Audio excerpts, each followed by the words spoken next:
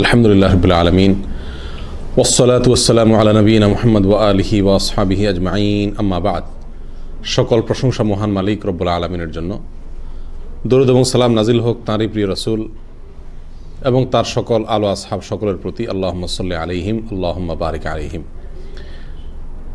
প্রিয় ভাইরা, পৃথিবীতে সেই লোকগুলো কতই না সৌভাগ্যবান যারা মুহাম্মদ রাসূলুল্লাহ সাল্লাল্লাহু আলাইহি ওয়াসাল্লামের সঙ্গে ছিলেন, তার সঙ্গে উঠা বসা করার সৌভাগ্য অর্জন করেছেন, তার মজলিসে বসতে পেরেছেন, তার থেকে সরাসরি দিক নির্দেশনা নিতে পেরেছেন। আল্লাহ সুবহানাহু ওয়া তাআলা তাদেরকে তাঁর রাসূলের জন্য তিনি নির্বাচন করেছেন, পছন্দ করে করে বাছাই করেছেন। বহু হাদিসে এই বিষয়ে ইঙ্গিত পাওয়া যায়। তো সাহাবা একরামের যে সৌভাগ্য, এটি পৃথিবীতে অন্য কোনো মানুষের আর অর্জন হয়নি। এ আক্ষেপ প্রত্যেক মুমিনের অন্তরেই থাকার কথা যে আমি যদি নবী আলাইহিস সালামের সঙ্গে কিছু সময় কাটাতে পারতাম, আমার কোনো দোয়া আল্লাহর কাছে যদি তার দিয়ে করাতে পারতাম, তার কাছে চেয়ে নিতে পারতাম সরাসরি আল্লাহর কাছ থেকে, আমার কোনো সমস্যার সমাধান যদি তিনি করে দিতেন, তার কিছু সময়ের সান্নিধ্য যদি আমাকে সাহাবী হওয়ার মর্যাদা এনে দিতে পারত, কতই না সৌভাগ্যবান আমরা হতে পারতাম, ঠিকই না প্রিয় ভাইয়েরা? কিন্তু সেই সুযোগ এখন আর নাই। একটা সুযোগ আছে, নবী আলাইহিস সালামের সঙ্গ লাভ করার, তার কাছে থাকার। কোথায়? জান্নাতে। আমরা যদি চাই, এখনো একটা সুযোগ আমাদের সামনে আছে উন্মুক্ত, সেটি হলো নবী আলাইহিস সালামের সঙ্গে জান্নাতে একসঙ্গে থাকতে পারব। এই সুযোগটা এখনো খোলা আছে। যারা জান্নাতে থাকবে তারা সবাই নবী আলাইহিস সালামের সঙ্গে থাকবে, ব্যাপারটি এমন নয়। জান্নাতীদের মধ্যে বিশেষ শ্রেণীর কিছু জান্নাতি আছেন, বিশেষ কিছু আল্লাহর প্রিয় বান্দা আছেন, যারা জান্নাতে নবী সাল্লাল্লাহু আলাইহি সাল্লামের সঙ্গে থাকার সৌভাগ্য অর্জন করবে। আমরা কি তাদের মধ্যে হওয়ার চেষ্টা করতে পারি কিনা? বেশ কিছু আমল আছে যে আমলগুলোকে নবী আলাইহিস সালাম জান্নাতে নবী আলাইহিস সালামের সঙ্গে থাকার জন্য অন্যতম মাধ্যম এবং উপায় হিসাবে বাতলে গেছেন। যে আমলগুলো আমাদেরকে নবী আলাইহিস সালামের সঙ্গে জান্নাতে থাকার সৌভাগ্য এনে দিবে, সে আমলগুলোর ভিতরে সর্বপ্রথম যে আমলটিকে আমরা বলবো সেটি হলো নবী আলাইহিস সালামের প্রতি অগাধ ভালোবাসা অন্তরে লালন করতে হবে। কি করতে হবে? নবী আলাইহিস সালামের প্রতি প্রচণ্ড ভালোবাসা আমাদের অন্তরে লালন করতে হবে, পোষণ করতে হবে। এখন কথা হলো, ভালোবাসা এটা তো বলে কয়ে আনার জিনিস না, জোর করে চেষ্টা করে আনার জিনিস না। তা নবী আলাইহিস সালামের ভালোবাসা অন্তরে কিভাবে আসবে? এক, তার জীবনী সম্পর্কে জানতে হবে প্রচুর পরিমাণে। নাম্বার দুই, তার ভালোবাসা ইমানের পূর্ব শর্ত, এই কথাটি মাথায় রাখতে হবে, না হলে ইমানদারি হওয়া যাবে না পূর্ণাঙ্গভাবে যদি তার ভালোবাসা সবচেয়ে প্রচণ্ডভাবে সবার চাইতে বেশি না থাকে অন্তরে। নাম্বার তিন, তার যত অবদান আছে আমাদের প্রতি, আমাদের জন্য তিনি সারা জীবন কষ্ট করে গেছেন আমাদেরকে জাহান্নাম থেকে মুক্ত করবার জন্য, তার সে সমস্ত অবদানগুলোর কথা বিস্তারিত আমরা যত বেশি জানবো, মনে করব, চিন্তা করব, কল্পনা করব, ধ্যান করব, তত বেশি অন্তর থেকে তার প্রতি ভালোবাসা সৃষ্টি হয়ে যাবে। আর এই ভালোবাসা যদি অন্তরে বেশি সৃষ্টি করতে পারেন, তাহলে ইনশাআল্লাহ জান্নাতে তার সঙ্গে আপনি থাকতে পারবেন। আপনি এই পৃথিবীতে আপনার কাছে সবচেয়ে প্রিয় মানুষটা কে, আপনি তার সঙ্গে জান্নাতে থাকবেন যদি সেই জান্নাতে যায়। কিয়ামতের ময়দানে আপনি তার সঙ্গে থাকবেন যে আপনার কাছে সবচাইতে প্রিয়। এখন নবী সাল্লাল্লাহু আলাইহি সাল্লামকে যদি আপনার সবচাইতে সেরা প্রিয়র আসনটা দিয়ে রাখেন, যে আমার কাছে নবী আলাইহিস সালামের চাইতে প্রিয় মানুষ আর কেউ নাই, আমার এমন কোনো দিন যায় না যেদিন নবীর জন্য কয়েকবার দুরূদ না পড়ি, এমন কোনো রাত যায় না যেদিন কয়েকবার নবীর জন্য আল্লাহর কাছে দোয়া না করে ঘুমাই, এমন কোনো দিন যায় না যেদিন নবী আলাইহিস সালামের কিছু সুন্নতকে ইচ্ছাকৃতভাবে ফলো করি, আমল করি, কারণ নবীর প্রতি আমার ভালোবাসা। তিনি এমন করতেন, তিনি এইভাবে ওযু করতেন, তিনি এইভাবে ঘুমাতেন, তিনি এইভাবে চলতেন, এই কাজগুলো আমি করি কেন? নবীর প্রতি ভালোবাসায়। তাহলে আমি যদি নবী আলাইহিস সালামকে আমার ভালোবাসার সর্বোচ্চ আসনটা দিয়ে রাখতে পারি, তাহলে ইনশাআল্লাহ কিয়ামতের দিন জান্নাতে আমি নবীর সঙ্গে থাকার সৌভাগ্য অর্জন করব। আনাস রাদিয়াল্লাহু তাআলা আনহু থেকে বর্ণিত এক হাদিস আসছে এই বিষয়ে। তিনি বলেন, এক ব্যক্তি নবী আলাইহিস সালামের কাছে এসে জিজ্ঞাসা করল, ইয়া রাসূলুল্লাহ, কিয়ামত কবে হবে? নবী আলাইহিস সালাম বলেন, ওমাযা আদাত্তা লাহা, তুমি কিয়ামত কবে হবে জিজ্ঞাসা করতেছো, কি প্রস্তুতি নিছো কিয়ামতের জন্য? তো ওই লোকটা বলতেছে, লাশাই, আমি কিয়ামতের জন্য কোনো কি নেই, আমার কোনো প্রস্তুতি নেই, লাশাই, মাফিসাই। আমি কিয়ামতের ময়দানে আল্লাহর কাছে জবাবদিহি করে পার পেয়ে মুক্ত হয়ে ওপারে জান্নাত অপেক্ষা করছে, সেখানে চলে যেতে পারবো, এরকম কোনো প্রস্তুতি, এরকম কোনো আমার আমল নাই। তবে ইল্লা আন্নি ওহেবুল্লাহ রাসূলুহু সাল্লাল্লাহু আলাইহি ওয়াসাল্লাম, তবে একটা পুঁজি, একটা আশা আমার আছে, সেটা হলো আমি আল্লাহ এবং তার রাসূল সাল্লাল্লাহু আলাইহি ওয়াসাল্লামকে প্রচণ্ড ভালোবাসি। এই একটা জিনিস আমার কাছে আছে, এই একটা আশার জায়গা আছে, যেটা দিয়ে আমি কিয়ামতে হয়তো মুক্তি পেতে পারবো। তখন নবী আলাইহিস সালাতু ওয়াস সালাম তাকে বললেন, আনতা মা'মান আহবাবত, যাও, তুমি তার সঙ্গে থাকবে যাকে তুমি ভালোবাসো।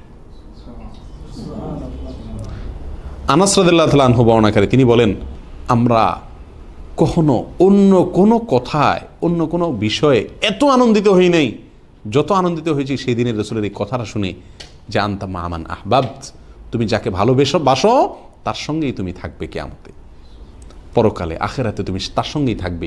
এই কথা শোনার পরে আনাস রাদিয়াল্লাহু বলেন যে আনন্দের ঢেউ, জোয়ার আমাদের অন্তরে খেলতে শুরু করলো, কারণ আমরা তো সবচেয়ে বেশি রাসূলকেই ভালোবাসি, অতএব কিয়ামতে আখিরাতে তার সঙ্গে থাকার গ্যারান্টি হাদিস থেকে আমি পেয়ে গেলাম।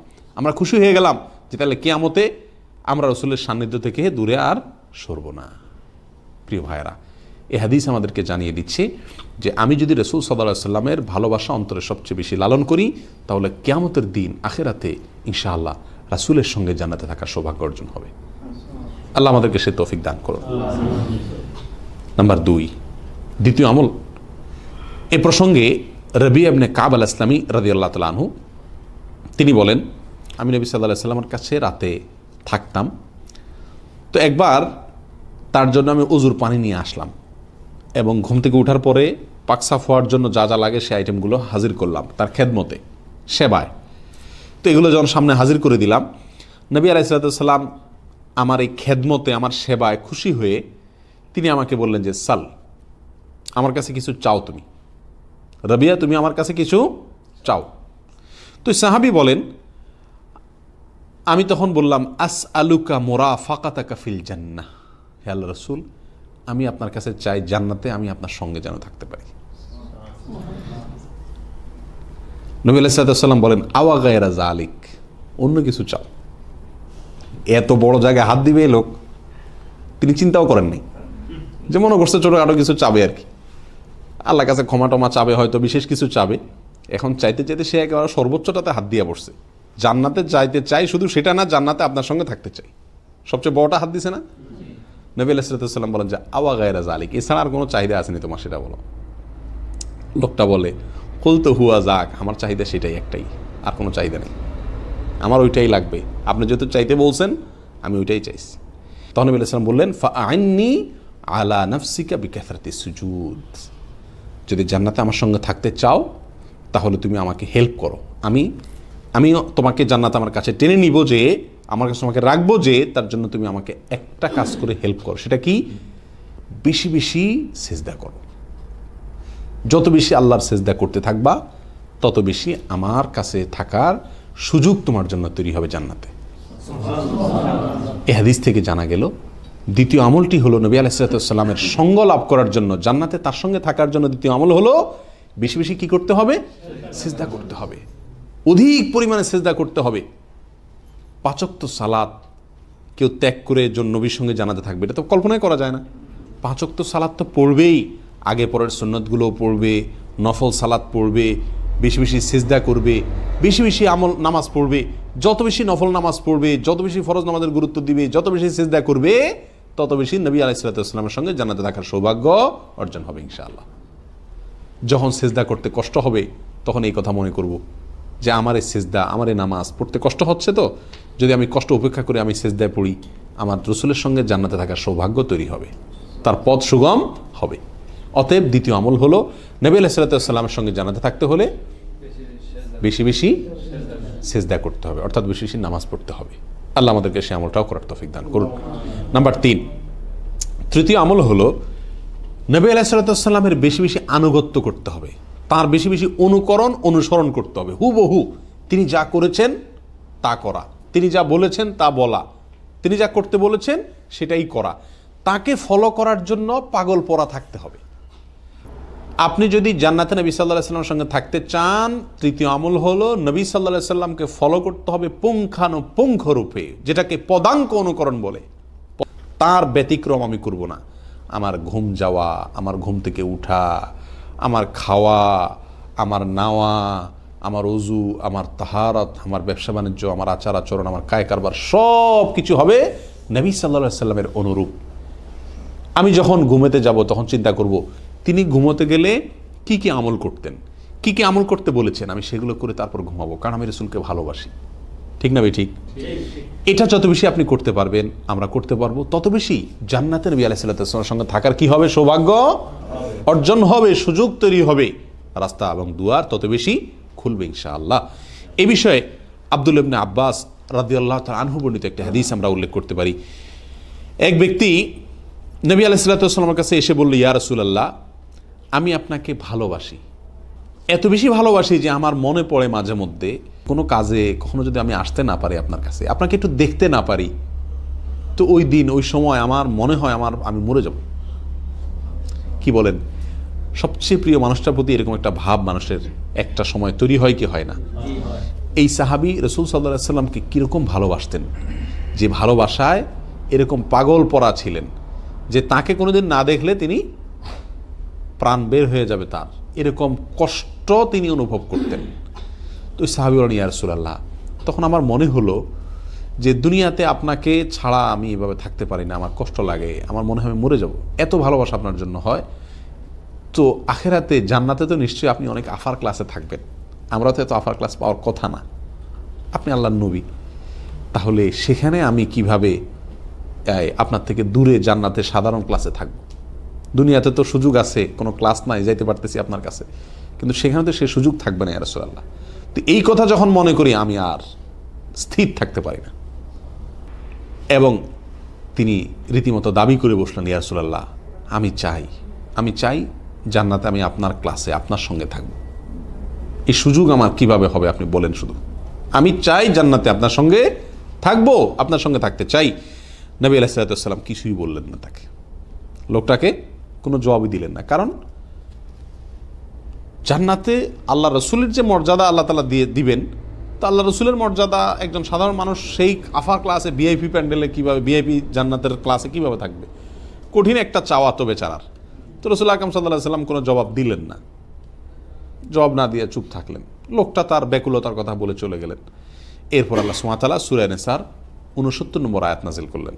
আল্লাহ তাআলা আয়াত নাজিল করে ওই ব্যক্তির সমাধান দিয়ে দিলেন, তার চাওয়ার আদায়ের পদ্ধতি, সেটা অর্জন হওয়ার পদ্ধতি আল্লাহ সুবহানাহু ওয়া তাআলা জানাই দিলেন। আল্লাহ সুবহানাহু ওয়া তাআলা নাজিল করলেন, ওয়া মান ইউতি'আল্লাহা ওয়ার রাসূলা ফাউলাইকা মা'আল্লাযীনা আন'আমাল্লাহু আলাইহিম, যারা আল্লাহ এবং তার রাসূলের ফলো করবে, কথা শুনবে, তাদের আনুগত্য করবে, আল্লাহ এবং তার রাসূলকে মানবে অক্ষরে অক্ষরে, তারা তাদের সঙ্গে থাকবে যাদের প্রতি আল্লাহ তাআলা নেয়ামত নাজিল করেছেন। আর আল্লাহর নেয়ামত পৃথিবীতে সবচেয়ে বেশি নাজিল হয়েছে কাদের প্রতি? আল্লাহর নবী রাসূলদের প্রতি, অর্থাৎ তাদের সঙ্গে তারা থাকতে পারবে।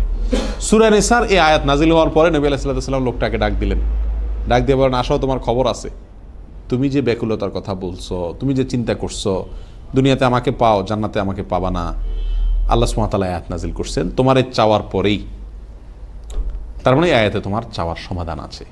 আয়াত থেকে নবী আলাইহিস সালাম তাকে যে ইঙ্গিত দিলেন সেই ইঙ্গিতটা আমাদের জন্য প্রযোজ্য, আর সেটা হলো যত বেশি আমি নবী সাল্লাল্লাহু আলাইহি সাল্লামকে ফলো করব, তাকে মানব, তার কথা শুনবো, তার অনুরূপ চলবো, তার সুন্নাহ মাফিক জীবন গড়ব, তত বেশি ইনশাআল্লাহ জান্নাতে নবীর সঙ্গে থাকার সুযোগ আমার জন্য তৈরি হবে। যে যত বেশি সুন্নাহর পরে আমল করবে, ফলো করবে, সে নবীর সঙ্গে জান্নাতে থাকার সুযোগ তত বেশি লাভ করবে। নাম্বার 4, উত্তম আখলাক, সুন্দর চরিত্র গঠন করা, সুন্দর চরিত্র গঠন করা, নোংরা চরিত্র থেকে পরিচ্ছন্ন হয়ে যাওয়া। মুখ দিয়ে হারাম কথা বলি, খারাপ কথা বলি, আচরণ খারাপ করি, সেটা যেভাবেই হোক, এরকম যদি হয় তাহলে সেক্ষেত্রে আমার জন্য দুঃসংবাদ।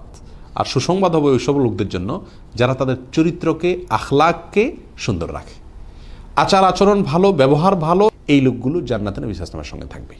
জাবের রাদিয়াল্লাহু আনহু বর্ণিত তিরমিজির একটি হাদিসে বিষয় উল্লেখযোগ্য, তিনি বলেছেন, নবী আলাইহিস সালাম ইরশাদ করেছেন, ইন্না মিন আহাব্বিকুম ইলাইয়া ওয়া আকরাবিকুম মিন্নি মাজলিসান ইয়াউমাল কিয়ামাহ আহাসিনুকুম আখলাকা। অর্থাৎ নিশ্চয়ই তোমাদের মধ্যে ওই লোকটা আমার সবচেয়ে প্রিয় মানুষ, ওই লোকটা আমার সবচাইতে পছন্দের মানুষ, ওই লোকটা কিয়ামতের ময়দানে আমার সবচেয়ে কাছে থাকবে যে তোমাদের মধ্যে সবচেয়ে উত্তম আখলাকের অধিকারী, উত্তম চরিত্রের অধিকারী, উত্তম আচরণের অধিকারী। যে ব্যক্তি যত বেশি সুন্দর আখলাক তার থাকবে, সে কিয়ামতে নবী আলাইহিস সালামের সঙ্গে তত কাছাকাছি থাকার সৌভাগ্য অর্জন করবে। তাহলে 4 নম্বর আমল পেয়ে গেলাম, নিজের আখলাককে কি করতে হবে? সুন্দর করতে হবে। যত বেশি আখলাক সুন্দর থাকবে, তত বেশি নবী আলাইহিস সালামের সঙ্গে থাকার সৌভাগ্য অর্জন হবে। আল্লাহ আমাদেরকে সে তৌফিক দান করুন। নাম্বার 5 নম্বর আমল হলো নবী সাল্লাল্লাহু আলাইহি ওয়াসাল্লামের সঙ্গে থাকার জন্য জান্নাতে আখিরাতে ইয়েতিমের লালন পালন করতে হবে। কি করতে হবে? ইয়েতিমের লালন পালন। আমরা যদি প্রত্যেকটা মানুষ চিন্তা করি যে আমি জীবনে একটি এতিমের দায়িত্ব নেব, একটি এতিম শিশু, তার দায়িত্ব আমি নেব, আমার সন্তানের মতো করে তাকে আমি লালন পালন করব, কিন্তু তাকে নিজের সন্তান বলবো না, সন্তান বলে পরিচয় দেব না। আবার সে তার বাপের সন্তান, যে বাপ তাকে জন্ম দিয়েছে, আমার সন্তান না সে, কিন্তু সন্তানের মতো স্নেহ দেব, আদর দেব, ভালোবাসা দেব, খরচ দেব, পড়াশোনা করাবো, খাওয়া দাওয়া করাবো, করে তাকে প্রাপ্তবয়স্ক হওয়া পর্যন্ত তার সব দায়ভার, সে কর্মক্ষম হওয়া পর্যন্ত তার সকল দায়িত্ব আমি নিয়ে তাকে মানুষ করে দিব। যে কোনো একটা এতিমকে সিলেক্ট করে, অমুক পরিবারের বাপ মারা গেছে ছোটোবেলায়, এই ছোটো শিশুটার দায়িত্বটা আমি নিলাম, কর্মক্ষম হওয়া পর্যন্ত, বালক হওয়া পর্যন্ত তার সকল দায়িত্ব আমি নিয়ে তাকে মানুষ করে দিলাম। এই আমলটি যদি করা যায়, তো নবী সাল্লাল্লাহু আলাইহি ওয়াসাল্লামের সঙ্গে জান্নাতে একসঙ্গে থাকা যাবে। এ বিষয়ে নবী সাল্লাল্লাহু আলাইহি ওয়াসাল্লামের বিখ্যাত হাদিস আছে, সাহল ইবনে সাদ রাদিয়াল্লাহু তাআলা থেকে বর্ণিত। তিনি বলেছেন, আনা ওয়া কাফিলুল ইয়াতীমি ফিল জান্নাতি হাকাযা। আমি এবং যে এতিমের লালন পালনকারী, একজন এতিমের অভিভাবকত্বকারী, যে এই দুইজন জান্নাতে এই 2 আঙ্গুল যেরকম আছে, এই 2 আঙ্গুলের মতো থাকবো। অর্থাৎ এই আঙ্গুল আর এই আঙ্গুল, দুইটার মাঝখানে আর কোনো আঙ্গুল আছে? নাই, দুইটা পাশাপাশি একেবারে লাগোয়া না। নবী আলাইহিস সালাম বলেন, ওই লোকটা যে এতিমের লালন পালন করে, সে আর আমি জান্নাতে থাকবো এই 2 আঙ্গুল যেরকম, একটার সাথে আর একটা এরকম, এত কাছে সে আমার থাকবে, মাঝখানে আর কেউ জায়গা নিতে পারবে না, সে আমার একেবারে সবচেয়ে কাছে থাকবে। যে ব্যক্তি এতিমের কি করবে? লালন পালন করবে। নবী সাল্লাল্লাহু আলাইহি ওয়াসাল্লামের সবচেয়ে কাছে থাকার সুযোগ সেই লোকেরা অর্জন করবে। প্রিয় ভাই, তাহলে 5 নম্বরে আমলটি আমরা করতে পারি কিনা? একটি এতিম শিশুর দায়িত্ব নিলে, আল্লাহ আমাকে আরেকটা সন্তান দিলে আমার আরেকটা সন্তানের খরচ বেশি হইতো কি হইতো না? তাহলে সেটা যদি আমি একটা এতিম শিশুকে লালন পালনের দায়িত্ব নিই, সে তার মায়ের কাছেই থাকলো, কিন্তু আমি তার পুরা খরচ নিলাম, তাহলে এত বিশাল বড় সৌভাগ্য আমাকে এনে দিবে ইনশাআল্লাহ। যদি মেয়ে শিশু হয়, বালেগ হওয়ার পরে সে মেয়ের সঙ্গে আমার দেখা দেওয়া জায়েজ নেই, আমি কিন্তু তার বাপ না, তার সাথে আমার পর্দা করতে হবে। আমরা চিন্তা করি যে তারে সারা জীবন পাললাম, পড়ালেখা করালাম, বাপের মতোই তো আমি, না, এই সমস্ত ফাইজলামতি চলবে না। দিবেন শুধু কোনো আশা বিনিময়ে সে আমারে কামাই করে দিবে না, সে তার মা যদি বাঁচে থাকে মাকে দিবে, দাদা থাকলে দাদাকে দিবে, সে তার রক্ত সম্পর্ক দেবে, তার কাছ থেকে আমার কোনো সে নেই, আমি শুধু তাকে কী করে দিলাম? লালন পালন করে দিলাম। আমরা অনেকেই কিন্তু অনেক শিশুকে, অনেক অসহায় পরিবারকে সহায়তা করি টুকটাক, ঠিক না? ঠিক, বিশেষ করে প্রবাসে যারা আছে তাদের তো করতেই হয়। প্রিয় ভাই, আপনি একটি এতিম শিশুকে সিলেক্ট করেন, নির্দিষ্ট করেন, এবং এটাকে আপনি টার্গেট বানান যে এই ছেলে বড় হওয়া পর্যন্ত আল্লাহ আমাকে হায়াতে বাঁচায় রাখলে আমি এর দায়িত্ব নিলাম। এরকম যদি আমি করতে পারি, কিয়ামতের ময়দানে জান্নাতে নবী ইসলামের সঙ্গে থাকার সুযোগ তৈরি হবে। আল্লাহ আমাদেরকে সে আমলটা করার তৌফিক দান করুন। প্রিয় ভাই, 6 নম্বর আমল হলো মেয়ে সন্তানদের প্রতি সুন্দর আচরণ করা। আল্লাহ যাদেরকে কন্যা সন্তান দিছে, মেয়ে সন্তান দিছে, স্পেশালি মেয়ে সন্তানের প্রতি কি করা? একটু বেশি কেয়ার করা, তাদেরকে আদর করা, তাদেরকে ভালোবাসা করা দেওয়া, তাদেরকে যত্ন করা, তাদেরকে সুশিক্ষিত করা, সুন্দর পাত্রস্থ করার জন্য চেষ্টা করা, এক কথায় কোনো অবহেলা না করা। ছেলে নাই সেজন্য মন খারাপ না করা, হ্যাঁ, অথবা ছেলের চাইতে মেয়েকে একটু কেয়ার কম করা, এই সমস্ত না করা। এগুলো যদি আপনি না করতে পারেন, আল্লাহ আপনাকে কন্যা সন্তান দিয়েছে, সেটাকে যদি আপনি পেয়ে আপনি সন্তুষ্ট থাকেন, খুশি থাকেন, এবং এটার পিছনে আপনি আপনার শ্রম, মেধা, ভালোবাসা সব কিছু ব্যয় করেন একে মানুষের মতো মানুষ গড়ার জন্য, তাহলে ইনশাআল্লাহ আপনিও নবী আলাইহিস সালামের সঙ্গে জান্নাতে থাকার সুযোগ পাবেন। মেয়ের বাপদের জন্য বিরাট বড় সুখবর, ঠিক না? ঠিক। আনাস ইবনে মালিক রাদিয়াল্লাহু আনহু থেকে বর্ণিত হাদিসে নবী আলাইহিস সালাম বলেছেন, মান কানা লাহু উখতানি আও ইবনাতানি, যার দুটি বোন আছে অথবা দুটি মেয়ে আছে, ফা আহসানা ইলাইহিমা মা সাহিবাতাহু, যতক্ষণ পর্যন্ত ওই দুটি মেয়ে ওই দুটি বোন তার সান্নিধ্যে ছিল, অর্থাৎ বিয়ে হয় নাই, পরের বাড়ি যায় নাই, ততদিন পর্যন্ত সে তাদের সাথে সুন্দর আচরণ করেছে, তাদের খোঁজ খবর নিয়েছে, অবহেলা করে নাই, ত্রুটি করে নাই, পুরো তাদের সার্ভিস দিয়েছে, ভালোবাসা দিয়ে, সম্পদ দিয়ে, পয়সা দিয়ে, সব কিছু দিয়ে, এক কথায় তাদের প্রতি পরিপূর্ণ যত্নশীল ছিল সে। এরকম যদি কেউ থাকে, আনা ওয়াহুয়া ফিল জান্নাতি কাহাতাইন, ওই ইয়েতিমের বেলা যে কথা একই কথা এখানেও প্রযোজ্য, সে এবং আমি জান্নাতে এই দুই আঙ্গুলের মতো কাছাকাছি থাকব। প্রিয় ভাই, তাহলে কন্যা সন্তান, মেয়ে সন্তান, এদের প্রতি বিশেষ যত্ন নেওয়ার শিক্ষা ইসলাম আমাদেরকে দিয়ে গেছে। মেয়েদেরকে যে সুযোগ দিছে দেখেন, ছেলেদের জন্য কিন্তু এই সুযোগ নাই। আছে কোনো হাদিসে আমি পাই নাই আজ পর্যন্ত যে যে তার দুই ছেলেকে পালবে ভালো করে সে জান্নাতে আমার সাথে থাকবে বা সে এই পুরস্কার পাবে, এমন কোনো পুরস্কার নেই। ছেলে পালেন আপনি, আপনার ফায়দা, মেয়ে পালেন, দুনিয়ারও ফায়দা, আখেরাতেরও ফায়দা। তাহলে মেয়েদেরকে যে মর্যাদা ইসলাম দিছে, কোনো কোনো ক্ষেত্রে ছেলেদেরকেও সে মর্যাদা দেয় নাই, তারপরও এক শ্রেণী মানুষ বলে ইসলাম বলে মেয়েদের হক নষ্ট করছে। বলেন তাহলে ভাই, আমাদের যাদেরকে আল্লাহ তাআলা মেয়ে সন্তান দিয়েছে ছেলে দেয় নাই, তারা মন খারাপ করবো না, কারণ আমার এটা জান্নাতের রাসূলের সঙ্গে থাকার একটা বিরাট মাধ্যম। 1 ডজন ছেলের বাপ হইছেন, তারপর আপনি জান্নাতের রাসূলের সঙ্গে থাকবেন এই গ্যারান্টি নাই। চিন্তা করেন, 2টা মেয়ে যার আছে তার এই সুযোগ আছে। আল্লাহ সুবহানাহু ওয়া তাআলা আমাদের সকলকে এই আমলটাও করার তৌফিক দান করুন। আমরা এক নজরে আবারও জেনে নেই যে আমলগুলো করলে নবী আলাইহিস সালাতুর সঙ্গে আমরা জান্নাতে একসঙ্গে তার সঙ্গে থাকার সৌভাগ্য অর্জন করব। সাহাবী যারা ছিলেন তারা সবচেয়ে সৌভাগ্যবান, আমরা আর সাহাবী হওয়ার সুযোগ নেই, কিন্তু সুযোগ আছে জান্নাতে নবী আলাইহিস সালামের সঙ্গে অনন্ত অসীমকাল চিরকাল তার সঙ্গে বসবাস করার, থাকার। আর সেই সুযোগ আমাদের তৈরি হবে যদি আমরা 6টি কাজ করতে পারি। কয়টি কাজ? 6টি কাজ। এই 6টি কাজের প্রতিটি কাজ যদি আমরা করার চেষ্টা করি, ইনশাআল্লাহ জান্নাতে নবী আলাইহিস সালামের সঙ্গে থাকার সৌভাগ্য আমাদের অর্জন হবে। নাম্বার 1, নবী আলাইহিস সালামকে সবচেয়ে বেশি ভালোবাসতে হবে। তার ভালোবাসা অন্তরে আমার সবচেয়ে প্রচণ্ড, সবচেয়ে প্রগাঢ়ভাবে থাকবে। পৃথিবীর সকল ভালোবাসার চাইতে তার প্রতি ভালোবাসা আমার বেশি থাকবে অন্তরে। তার প্রতি ভালোবাসা অর্জন করার জন্য তার সম্পর্কে জানবো, তার ভালোবাসা যে ইমানের পূর্ব শর্ত সেটা বুঝবো, এবং তার অনুগ্রহগুলোর কথা কল্পনা করব, চিন্তা করব, তাহলে ভালোবাসা তৈরি হতে থাকবে ইনশাআল্লাহ। তাহলে প্রথম আমল হলো নবী আলাইহিস সালামের প্রতি ভালোবাসা অন্তরে প্রচণ্ডভাবে কি করব? লালন করব, পোষণ করব, তাকে ভালোবাসবো। যত বেশি ভালোবাসবো তত বেশি তার সঙ্গে থাকার সুযোগ সৌভাগ্য তৈরি হবে। কারণ নবী আলাইহিস সালাম বলেছিলেন, আনতা মা মান আহবাবতা, যে ব্যক্তি তার সঙ্গে জান্নাতে থাকতে চেয়েছিলেন তাকে বলেছিলেন তুমি তার সঙ্গেই থাকবে যাকে তুমি সবচেয়ে বেশি ভালোবাসো। দ্বিতীয় আমল হলো বেশি বেশি সিজদা করা। নবী ইবনে কাব আল-আসলামী রাদিয়াল্লাহু তাআলা আনহু নবী আলাইহিস সালামের ওযুর পানিটা নিয়ে আগায় দিয়েছে। নবী আসলাম খুশি হয়ে বলছেন যে আমার কাছে কিছু চাও। তিনি বলছেন যে আমি আপনার সাথে জান্নাতে থাকতে চাই। রাসূল আকরাম সাল্লাল্লাহু আলাইহি সাল্লাম বললেন অন্য কিছু চাও না? বলে না, এটাই চাই। নবী সাল্লাল্লাহু আলাইহি সাল্লাম চিন্তা করলেন সবচেয়ে বড়টা হাত দিয়ে বসছে, জান্নাতে যেতে চায় সেটা না, আপনার সঙ্গে জান্নাতে থাকতে চাই। কত বড় চাওয়া! আল্লাহ রাসূল সাল্লাল্লাহু আলাইহি সাল্লাম বলেন, ফাআইন্নী আলা নাফসিকা বিকাসরাতি সুজুদ, তাহলে তুমি আমাকে হেল্প করো একটা আমল দিয়া, বেশি বেশি সিজদা করো, আমার সঙ্গে জান্নাতে থাকতে পারবা। তাহলে 2 আমল আমরা পাইলাম কি পেলাম না? তাহলে দ্বিতীয় আমল হলো বেশি বেশি সিজদা করা, বেশি বেশি নামাজ পড়া। নাম্বার 3, নবী আলাইহিস সালামের অনুসরণ করা, পুঙ্খানুপুঙ্খ রূপে, অক্ষরে অক্ষরে তার অনুসরণ করা, ফলো করা। তো নবী আলাইহিস সালাম আমার সবচেয়ে বেশি বড় ফলো করার ক্ষেত্র হবেন। তিনি কিভাবে ঘুমাইছেন, কিভাবে বসেছেন, কিভাবে ব্যবসা করছেন, কিভাবে কথা বলছেন, কিভাবে চলছেন, কিভাবে চলতে বলছেন, আমি তার কথা শুনবো শুধু, ব্যাস। আমার একমাত্র অনুকরণীয় তিনি। নবী আলাইহিস সালামের অনুকরণ যে যত বেশি করবে তার সঙ্গে জান্নাতে থাকার সৌভাগ্য তত বেশি অর্জন করতে পারবে সে। কয়টা আমল গেল? 3 নম্বর আমল গেল। নাম্বার 4, উত্তম আখলাক, সুন্দর আচরণ, সুন্দর চরিত্র, আচার আচরণ, ব্যবহার সুন্দর করা। এটা যত বেশি করব তত বেশি নবী সাল্লাল্লাহু আলাইহি ওয়াসাল্লামের সঙ্গে কিয়ামতে কাছাকাছি থাকা যাবে।